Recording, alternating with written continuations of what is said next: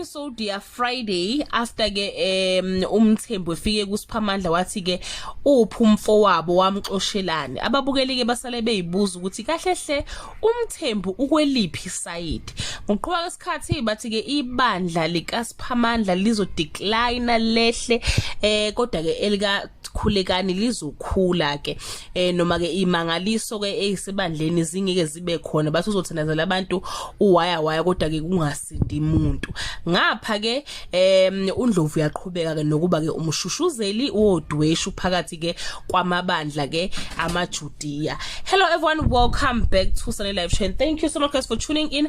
I'm here to update you of what's going to happen on Umkhokha from the 30th of September to the 4th of October 2024 on Monday.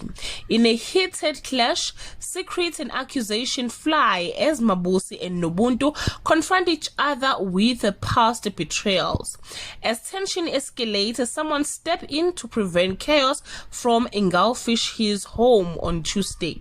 One of the Mthembu brothers feels short-charged or changed when the fault arrives. Nokubonga becomes a casualty. Ndlovu continues to whisper into Khulekani's ear to drive him even further away from his family on Wednesday.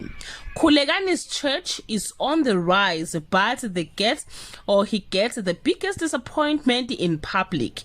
Siphamandla's church continues declining. Mazungu hit a brick wall with Manzimande on Thursday. Khulekani prays over and over for the deaf man to heal, whilst Siphamandla learns that Nokubonga may not be happy with the Mthembu's Ngema has found his makoti on Friday. Khulekani arrives at church in style. Siphamandla refuses to be disheartened by his dwindling congregation.